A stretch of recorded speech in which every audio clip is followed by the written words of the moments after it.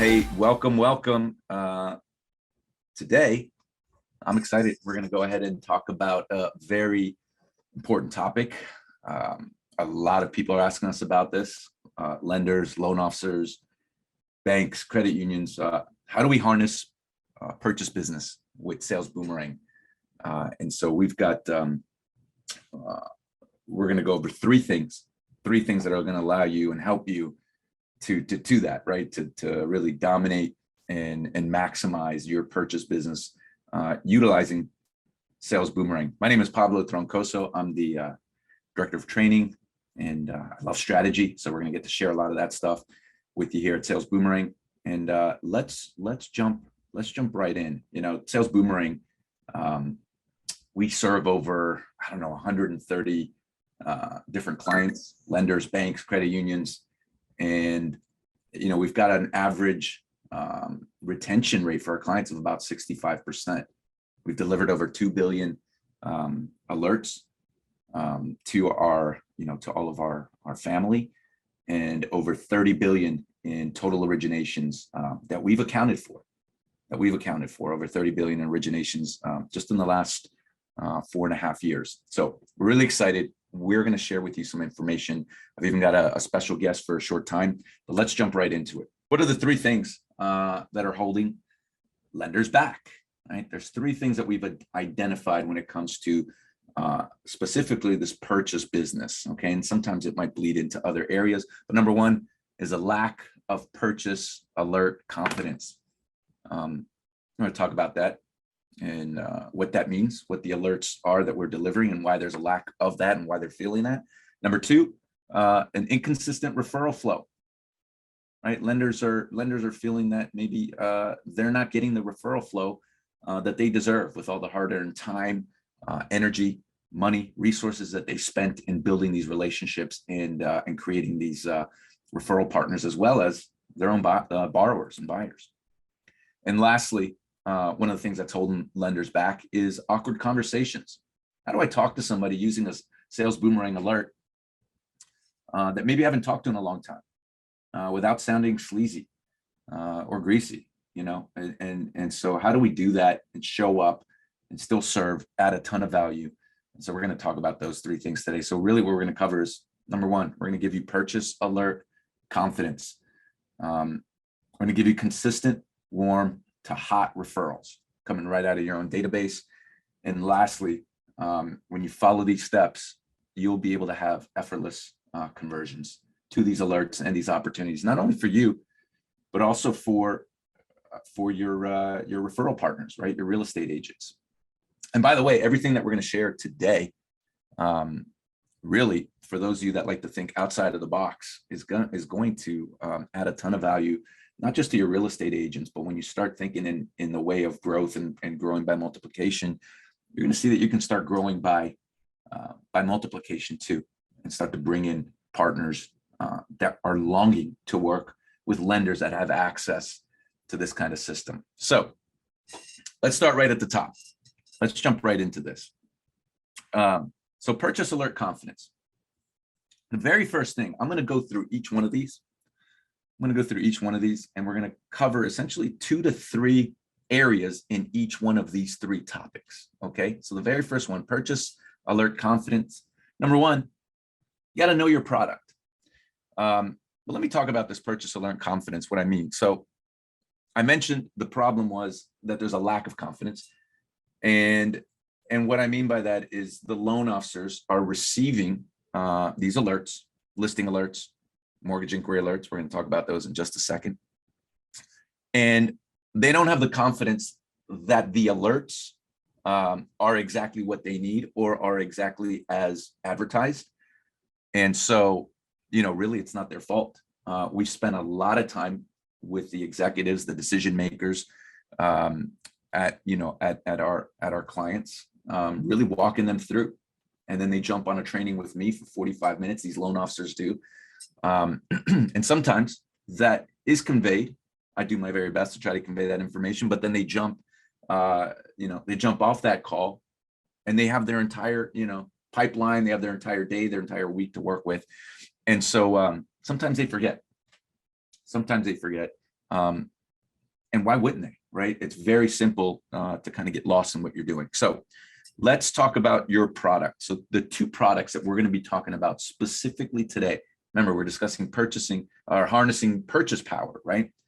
So number one, you're going to know your product. Number two, we're going to give you alert expectations. Number three, we're going to talk about a blueprint to follow. Number two, we're going to go into your consistent warm to hot referrals, right? And so what I mean by that, consistent warm to hot referrals, you might have leads coming in from an outside lead source, but how can I actually build a consistent warm to hot referral source? And we're going to talk about that through a referral supply system. I'm going to talk about how to prioritize that and the approach and the scripting with that. And then the last piece is we're going to talk about this effortless conversion and how important it is to have a CRM automation, how to contact two people. We're going to talk about who those two people are. And then of course, the speed at which you're contacting folks. So let's do this. Purchase alert confidence, consistent warm to hot referrals, and effortless conversion. So number one, we just talked about knowing your product. Today, we're going to talk about two specific products. The very first one, as it relates to purchase products, purchase-driven sales boomerang products. Number one is mortgage inquiry alerts. Okay, what is the mortgage inquiry alert? Right, it's the alert that triggers you anytime someone in your database is shopping for a loan by having their credit pulled with a competitor. Okay, they're shopping for a mortgage. You're going to know about it. You're going to know about it within 24 to 48 hours right away. So that eliminates finding out too late. And it's not just for your past borrowers, right? It's not just for the past people that you funded. It's also for your tire kickers, your new leads that you had got, anyone that's in your database, the person that you just met yesterday, and you put them, you upload them into your database. We're going to monitor all of those records. If that person is shopping for a mortgage, you're going to know about it. Okay. Not only are you going to know about it, they're also going to be qualified, right? There's nothing worse than having no leads, but having the wrong people. So these people are going to be shopping and they're going to be qualified. Can't ask for a better lead. Mortgage inquiry alert. It's important to know. So number two, the second alert that we're going to be covering, the second alert, guys, straightforward listing alert. You're going to know anytime a past client of yours, someone that you funded, has listed their home for sale, right? So whether they've listed it with an agent or they've listed it themselves, it's going to go onto a system, right? Unless that person literally stuck a sign in their yard and then just said they prayed that somebody would walk by their home and saw it for sale, you're going to know about it. Okay. So whether it's a FSBO or an agent listing, we cover every zip code in the country with, partnering with over 5,300 listing service providers in the country. So you're going to get that. So there you go. Number one, mortgage inquiry alert. And then number two, listing alert. So these two combined are going to give you a valuable punch when reaching out to them. So the second part of alert confidence that I really want to talk about, number one, is knowing your alert, knowing your product. Number two is going to be the alert expectations, meaning what can you expect when we discuss these? And we're going to unravel this a little bit more. And to do that, I'm going to bring in our senior product manager, Rusty Barnes. Rusty, are you there? Yeah, thanks for having me. Hey, Rusty, right on, man. So listen, we got a lot of people on the call that are current clients of ours, some that are maybe checking us out, some that are our clients, but aren't really seeing some of the, maybe the results that they're expecting from Sales Boomerang.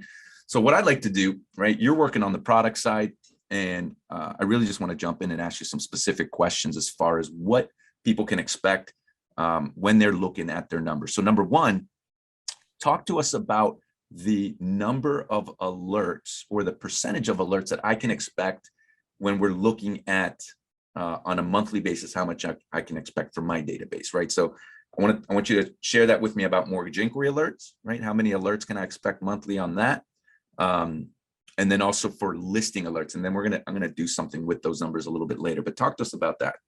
Yeah, sure. So just to preface this, we're basing this off of Q3 numbers. So from July to end of September. So in Q3, we saw 350,000 mortgage inquiry alerts and 40,000 listing alerts. And so what we saw that as a monthly alert rate of 5.27% for mortgage inquiry and then 1.04% for listing. So I know that, so we have product guides and we have one-sheeters that we share with our lenders and so forth. Those numbers are actually a little bit different. They're a little bit higher than actually what we've seen. And you said that's specific to Q3. Those guides and one-sheeters that we talk about were more of a general, probably looking back over the last year and a half or 2 years. So that's really interesting. So would it be safe to say, Rusty, that if I was talking to a lender and I said, hey, if you're really curious as to how many alerts, mortgage inquiry alerts you can get and listing alerts you would receive from your database, take your number of alerts, right? If it's 10%, multiply that by, if it's 10,000, let's say you had a database of 10,000, some have a lot more, some have less, but I'm not a big numbers guy, so I'm just going to use simple math numbers, right? So 10,000 alerts, you would say 5% of my database would be mortgage inquiry alerts. Is that correct? Yep. And so that number is 500, right? 10,000, that's 5%, it's 500. And that's not a yearly number. Every month. That's a monthly number. Yep. That's a monthly number. Okay. So, and I get it, because there's probably people saying, well, Pablo, those are a lot of refis, right? People that are, and that's fine. That's fine. But guess what? The people that are purchasing also still have to get a mortgage inquiry alert. So we're going to take that into account for sure. And then as far as the listing alert numbers go, you're saying 1% of my database, 100 per month, is what I can expect if I have a database of 10,000, right? So you guys do the math. In fact, I would encourage you, do that now. You know what your database number is, roughly do the math and then see what kind of results. So 5 and 1. So really 6% between the two, right? Hey, Rusty, so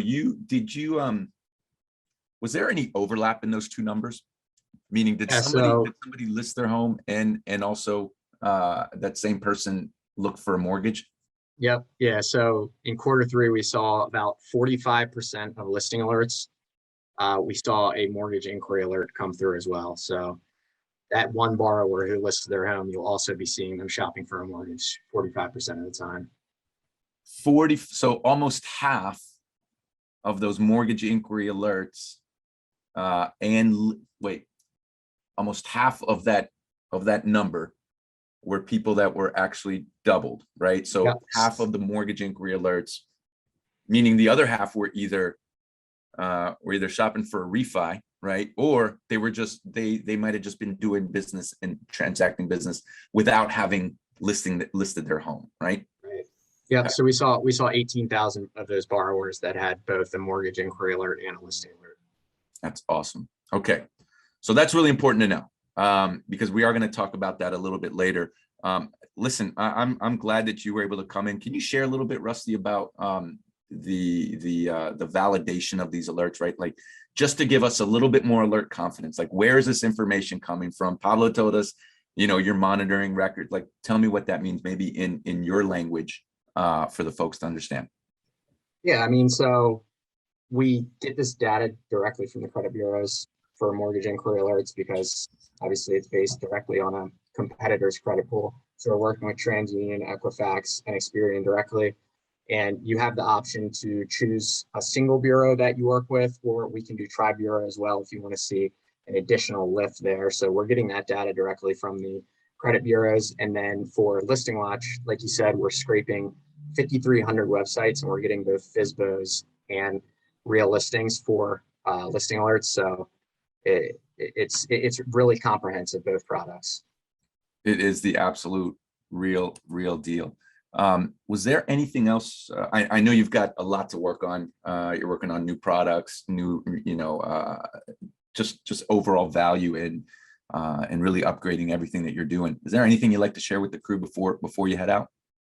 Yeah, I guess since we touched on the alert overlap, right? So we're currently developing a feature that adds alert history to your alert details. So, like, for example, if you get a mortgage inquiry alert today, and that same borrower had a listing alert and equity alert in the last 2 months, we're adding that to alert details so you can have an easy picture of what that alert history is. And it just kind of gives you a little bit more of a full picture when you're reaching out to that borrower, and just gives you a little more ammo. So it's a cool little feature that we're excited about.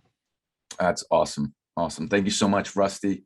That's something that I know people have been asking for and are going to get real excited about. So Rusty, take care, handle your business, my friend, and appreciate you jumping in with us today. Yeah, thanks, Pablo.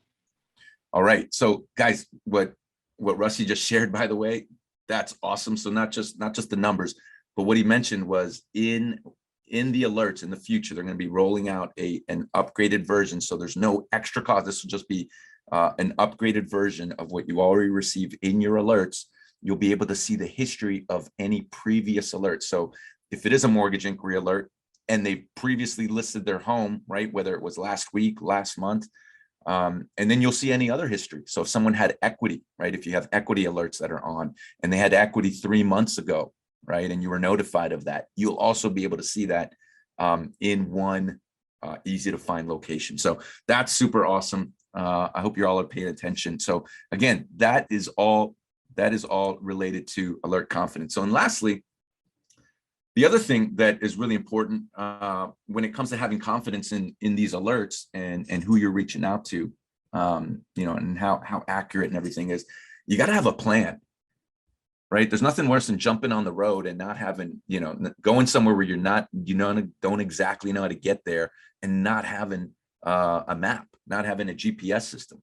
So you got to have a blueprint to follow. And really that's what we're going to kind of dive in today. And I want you to know that, that by the end of the day, you'll have a blueprint, you'll have the confidence. And so let's talk about this next topic. Okay. So number 2 is consistent, warm, and hot referrals. Okay. You need a referral supply system. Okay, if these are like a checks, like a check off system here. For those of you that are Sales Boomerang clients, guess what?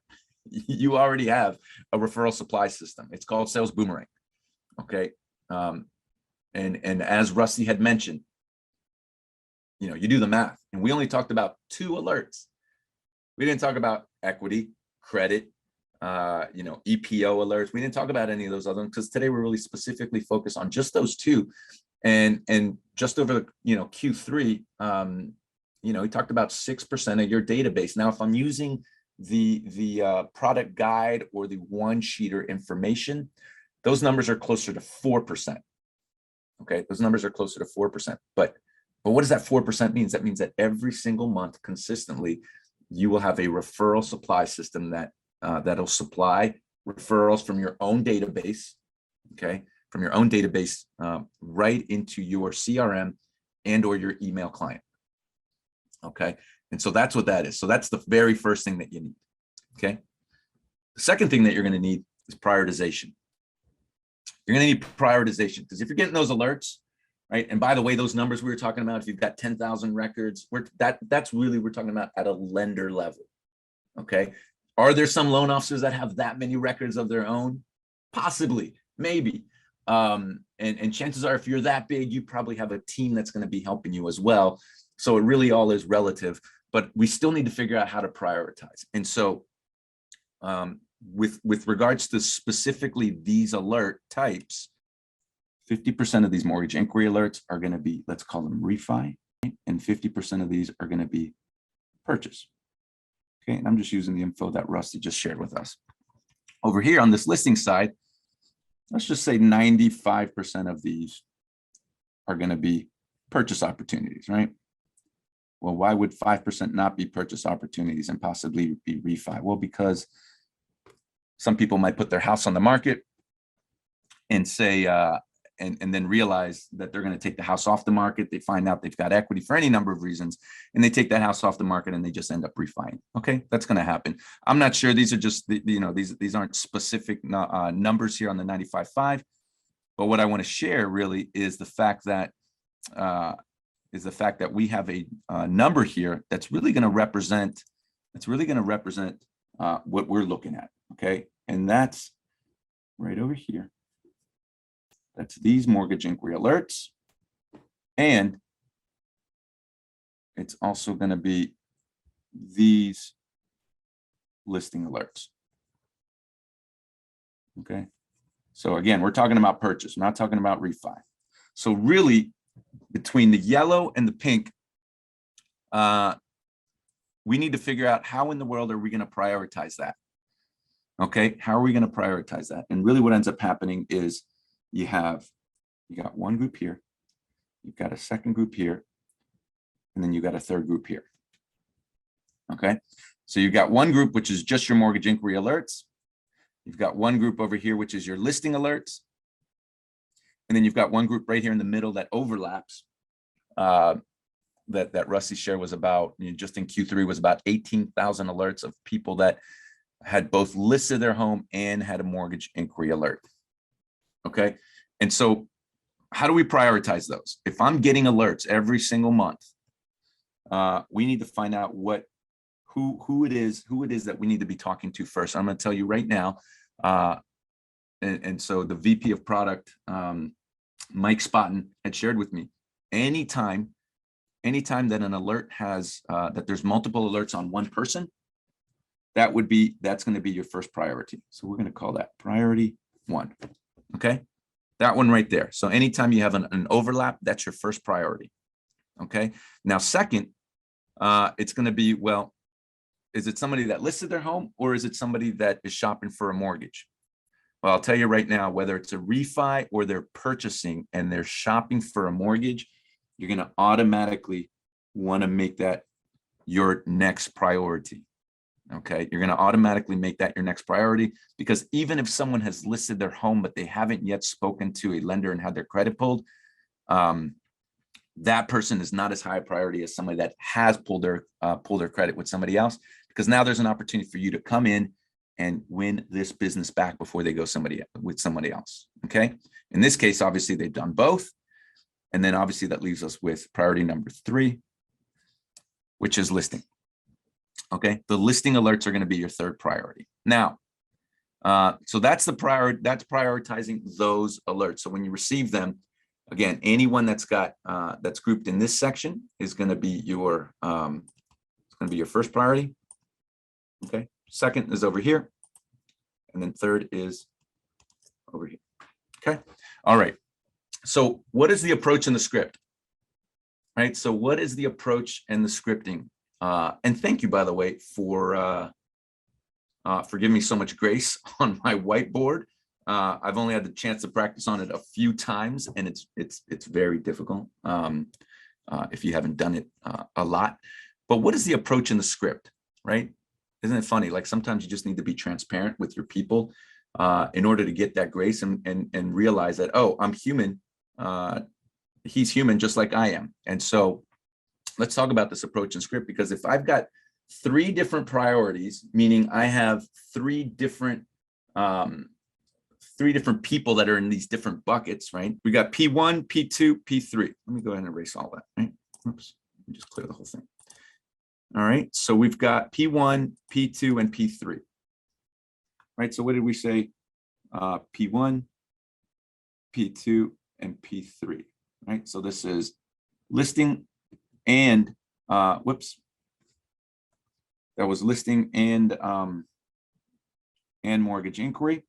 Number 2 was mortgage inquiry. And then number 3 was listing. Okay, so someone who had just listed their home, someone who had just done a mortgage inquiry, and then of course P1 being they had done both. So what is the approach and the scripting for each of these? I'll tell you right now. The approach is what you want to call a check-in approach, right?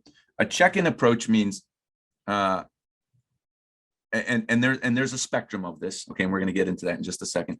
But really, the check-in approach is quite simply this: I'm reaching out to my customers, and I am not spewing my guts that I've been following and tracking, that I know that they've listed their home, or that I know that they've had their credit pulled elsewhere.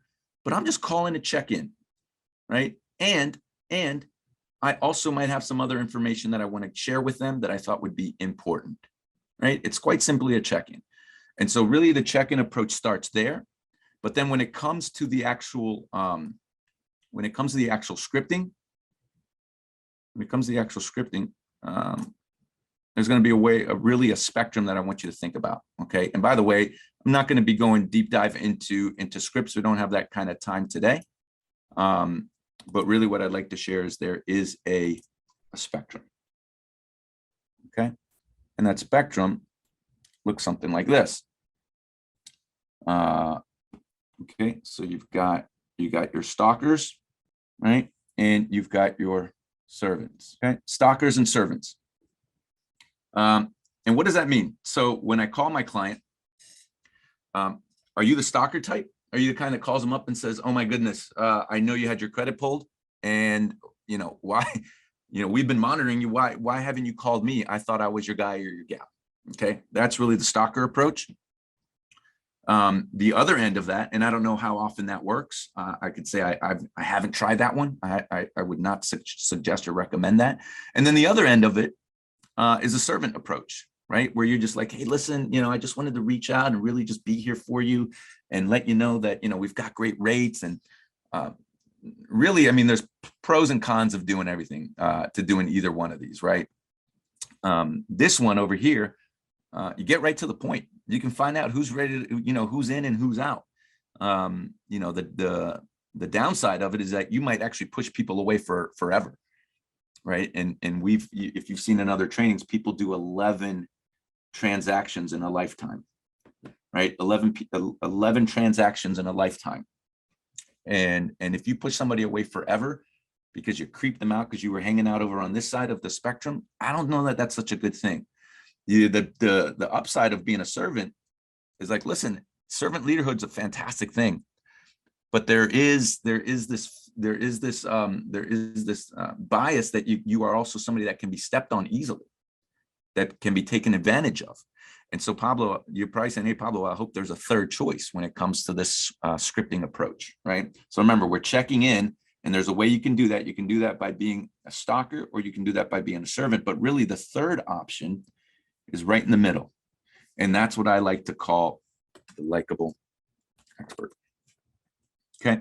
Likable expert. That's the person that's right in the middle. That's the person that's doing the check-in, that is approachable, that has the facts, that knows all the information, but also has an open arms, kind of open door policy, and is showing up at the right place at the right time. Okay. And so what does that mean? So what does that conversation sound like? Well, I'm not saying, hey, I've been monitoring your information and here you go. Why aren't you working with me? Right. And it's not saying, hey, I'm here and I've just got a ton of value and maybe you should consider working with me if you're in the market. The likable expert does a little bit of both. Likable expert lets you know that, hey, I've got an incredible team that lets me know anytime someone's in the market, anyone that we've worked with is in the market, but also has valuable information. Right. And so, hey, I've got an incredible team here at Sales Boomerang Mortgage Company. We appreciate you being a loyal customer, but my team lets me know anytime somebody might be in the market. But also, if you happen to be in the market, if you are in the marketplace, here are the three reasons or three things that people have been asking me about. We've been talking to a lot of folks, over the last 90 days, specifically about mortgages and purchase mortgages. And here are the three things they've been asking about, right? They've been asking about, are these rates for real? Is this the best time to buy or sell? Are there, what are the mistakes to avoid if this is really the time to jump in? And then lastly, it's like, again, so I mentioned the three, right? About rates. Number two is this the best time to buy or sell? And then number three is, what are some of the mistakes that I can avoid? What are some of the mistakes that I can avoid? And this person right here, the person that ends up falling into this category, what we have found, right here, this person is the one that ends up winning the majority of the business. Is the one that ends up winning the majority of the business. Think of it like your doctor. Think about it like your family doctor, right? Your family doctor can call you up, and if they were to call you up and predetermine that there there was some activity in your life that, based on the depth at which we've taken care of you in the past, that it would be important that you probably come in and that we share some information with you that would be of value to you and that would help you, right? So for example, hey, we happen, our team lets me know anytime someone's possibly changed their diet. And so if that's the case, really, I think there's some information that you should know. And here you go, right? Because it's going to help you. Now, if a doctor only waits until you're sick for you to make an appointment with him or her, then that's not a good doctor. Okay. So you don't want to be the stalker that's always just has, that's on their radar because of Big Brother. And you don't want to just be the servant that's just kind of waiting in and, hey, I'm on hand and foot for you, when you need me. You want to be able to mix the two. So as far as scripting goes, because we do need to move on to the next part, the next portion, guys. As far as the scripting goes, right, for P1, P2, P3, there are scripts that we have at Sales Boomerang, right? So for P1, for P2, and for P3, there are 3 sets of scripts that we use. Okay. If someone's in the market, if someone's just listed their home, and if someone's only, has only had their credit pulled, we have 3 different approaches for those 3 different scenarios. All right. So that's the approach in the script. If you want those, by the way, and you don't have them already, do me a favor, drop into the chat the word script, and we'll make sure to get those to you. Okay. Us and the team will get those out to you. All right. So effortless conversions, right? So far we covered, we covered 2 of the 3 sections, right? 2 of the sections were, was purchase alert confidence. We shared with you where that information is coming from, what that product knowledge is, and the blueprint to get there. Number 2, we talked about how to get those warm to hot referrals from your own database every single month. Talked about the approach and scripting for that, as well as the prioritization. And now we're going to jump into effortless conversions. What are the things that I need in order to have this become an effortless conversion of when we get these alerts, right? So this isn't a sales training. This isn't sales training, but these are the things that are going to help you convert these alerts much quicker and at a highest rate. And not just from what we're telling you, but from what we see kind of the best practices from our clients do. Okay, so number 1, CRM automation. It's super important, utmost important. What we've seen, the difference, and I wish I had the numbers now, but the difference between conversions from someone who's using a CRM to someone who is only receiving our alerts via email, as opposed to those alerts being integrated and delivered right into their CRM, is astronomical. Okay, the time in which those customers stay with us is significantly longer than someone who doesn't have a CRM. Now, chances are you might be in a couple different buckets, right? You might already have a CRM. You're like, Pablo, this works great. It works, directly with all of our our CRMs, right? And we pretty much integrate with everyone. I mean, Accelerate, Total Expert, Jungo, you name it, Salesforce, every single one of those. I mean, there's probably not too many that I can list that we don't. So please make sure. So chances are you're either in that bucket, right? Pablo, we're good there.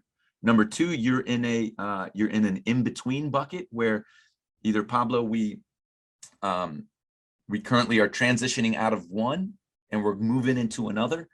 And so the reason that we really want to make sure that we don't put them into, integrate into our old alerts, into our old CRM, is because we're going to be using the next one. And so there's a time lag there. And then lastly, there's the ones that just don't have any, right? Maybe a little bit old school, or maybe you're, considering one in the future, but you're not quite sure right there. And really any one of those last 2, right, in between or without a partner at this point, I would really highly recommend that you do that. It's going to help automate, do so much more than just keep track of your leads and your records. Okay, there's so much more, when it comes to automating, an email sequence to those alerts, which we can, we work with CRM companies that do that. And it's just going to be able to give you better, overall statistics on conversions. Next is you're going to want to contact 2 different people. Okay, what is something that's going to allow you to get effortless conversions on purchase-driven business? Is you're going to be able to get contact. You're going to want to contact 2 people, 2 different people when you get those alerts, right? So I get a listing alert, or right, because some might overlap. I get a listing alert or I get a mortgage inquiry alert. I'm going to contact 2 people. Who are those 2 people going to be? Anyone want to take a guess? If anyone wants to drop right into the chat, tell me who are the 2 people I got to contact when I receive an alert from Sales Boomerang, whether it's a listing alert or a mortgage inquiry alert. Boom. Kyle's on it. Deborah is on it. Borrower and listing alert. Yes. Okay. So that's it. You're going to contact the agent and you're going to contact the borrower. Okay. And Kyle, you actually said it in the right order too. Deborah, you probably meant to do that, but that's all right. So Kyle said it in you're going to contact the agent first, and then you're going to contact that client. Okay. And there's a reason for that. So number one, I mean, there's a 2-pronged approach. If it's 2 people reaching out to a borrower with the same message, and that message being, hey, you should probably work with Pablo, or you should probably work with, with Deborah or Kyle. That only happens if you contact that agent first. So if you get a listing alert, right? If you get a listing alert, guys, I would contact that agent that you originally worked with. Now, it might have been a listing agent. You might have worked on the buyer side. You might, or obviously you would have worked on the seller side if you were doing the buyer side if you were doing the purchase transaction. But whatever agent you were connected to is the one that I would call, right? And there's a very specific reason. There's a very specific reason, and that reason is I want to do more business with that agent. Okay, so the first thing I would do is I would call that agent. Remember, we have scripts for this as well, but I would call that agent, and it's really quite simply, hey, congratulations, John, on listing the Smiths home, right, at 123 Main Street. Congratulations on that. They're going to say one of 3 things. They're going to say, thank you, Pablo, that was awesome. None of my other lenders ever call me to congratulate me on a listing. Next time I talk to them, I'll put in a good word. Okay, that's one thing. That's like perfect example, perfect world, scenario. Second thing they'll say, probably a little bit more likely, is they'll say, oh, thanks for the call, Pablo. Man, I wish we would have talked sooner, or you're going to get intel. Because what they're going to say next is anything that you need to know that might help you. And they say, oh, well, you know what? They're working with XYZ Mortgage. But I don't know that they're 100% happy, right? That's great intel. Right? Remember, I want to make this a distinction, right? Just the same way a lead, if you purchase a lead, that's not 100% guaranteed that you're going to convert that. Listen, a Sales Boomerang alert is a referral. So it's kind of like a lead, but it's a referral, but it's from somebody that you've worked with in the past. So I would always rather work with a referral, and especially from my own database, than I would a brand new lead. So the reason I'm saying that is because even if someone is working with another lender, they may have forgotten about you. Okay. So even if that person says, oh, I wish you would have called me sooner, and I might have been able to, or they came to me with this lender, now at least I can go into that second phone call, which is calling the client, with at least an understanding of where I stand, right, immediately. And then the third thing that agent might say, which leads to kind of a bigger question down the road. Third thing they might say is, what? They listed their home? I had no idea. Right? Like, why didn't they list it with me? Or how do you know? Right? So now all of a sudden you become this expert that's got information that they don't even know about. And guess what? That's a whole nother topic of conversation of why they should be doing business with you. That agent should be doing business with you. So anyway, so that's the first conversation. Second conversation is with that client, that past borrower that's listed their home. And guys, that's super easy. That's a super easy conversation. You might not remember a single thing about that person that listed their home, except for that, maybe where they lived or that they lived in, whatever it is. The very first thing that I would take into consideration is, number one, what kind of past notes do you have before you call these people, right? What kind of past notes? And I was a huge fan, as a former mortgage guy myself, of taking notes specifically on the goals of a customer. 3 main goals, right? What are your life goals? What are your financial goals? And what are your career goals? And when I say life goals, I mean like life/family. Number 2 is what are your financial goals, right? And you can ask that to a client. You're helping them with a mortgage, right? And then number 3 is what are your career goals? And if you have answers to those at your disposal, it just makes reaching out to somebody that you haven't talked to in a long time so much easier to just pick up right where you left off, like no time had gone by, right? So for example, hey, Susan, congratulations on listing your home. I just wanted to reach out. Last time we talked, right, it might have been a year and a half ago. It's been real busy, 2 years ago. Last time we talked, you mentioned that you were going to move when Junior had graduated from high school. Has it really been that much time? Is that really what's going on? Susan's immediately going to be impressed. She'll carry a conversation, right? Will that happen with 100% of those conversations? No, but you all get the drift. And then number 2, if you do not have those notes, right? How do I pick back up from 2 years later? That can be quite simple too, right? And again, they don't all turn into slam dunks, but at least you're talking to somebody that you've helped on a $200,000 and $300,000 transaction in the past. You say, hey, Susan, congratulations. It's Pablo over at Sales Boomerang Mortgage. Congrats on listing your home. Notice I didn't say my team, my monitoring system had let me know that you listed your home. And so I'm calling. No, you don't say any of that. Congratulations, listing your home. Tell me, Susan, it's been a while since we've talked, but are you staying local or are you moving out of town? Right? Just an open-ended question. And then eventually in either one of those 2 situations, you're going to have earned the right to ask for, can I just help? I would love to be the one to help you with your next mortgage, right? To get your pre-approval. All right. So contact 2 people, right? Great stuff, guys. Contact the agent and contact the borrower. By the way, if there was no agent assigned, right? So you might get a listing alert today from somebody that you helped with 3 refis in the past, but you didn't meet them on their first mortgage. So you didn't know of an agent that they worked with. Well, guess what you got? You got a blessing in disguise, right? You have somebody that you might be able to reach out to an agent that's not associated, which you like, why would you do that? Especially if they've listed with someone else, you can just say, hey, listen, John, I've been, you're a real estate agent. I've been watching kind of how you do business and all the testimonials and everything. I really enjoy that. But the reason I'm reaching out today is, I just this week, I got a couple listing alerts, right? My system lets me know anytime someone's ready to buy, sell, or refi. And the reason I'm reaching out is, sometimes some of these folks that I talk to, they're not happy with who they're working with, their agent, or they don't have one, right? So I'd love to maybe sit down with you and see if you'd be interested in, again, looking at, I think we align in the way that we would be able to work together.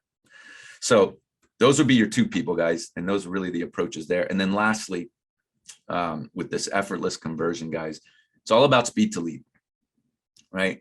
So the CRM automation is obviously going to help you kind of do things quickly, automatically, right? It's in the name.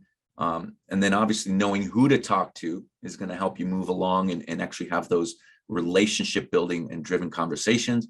But then lastly, you got to be able to step on it immediately, right? And so I share this in our trainings all the time. And this is just a simple snapshot of kind of what I would look at. I call it 11 touch points within 10 days. And you can automate a lot of these touch points, right? So there's emails that I would say should go out right away, right? You can hopefully you can automate those, right? And in the first 5 days, I would just send 5 emails, right? We're actually creating different email alerts or different email scripts that you can utilize. It's just that everyone's very different. So telling, kind of giving a template sometimes doesn't always help you. So maybe utilize your own. But then I would also say utilize text, right? Obviously, you have to stay within your compliance laws and regulations.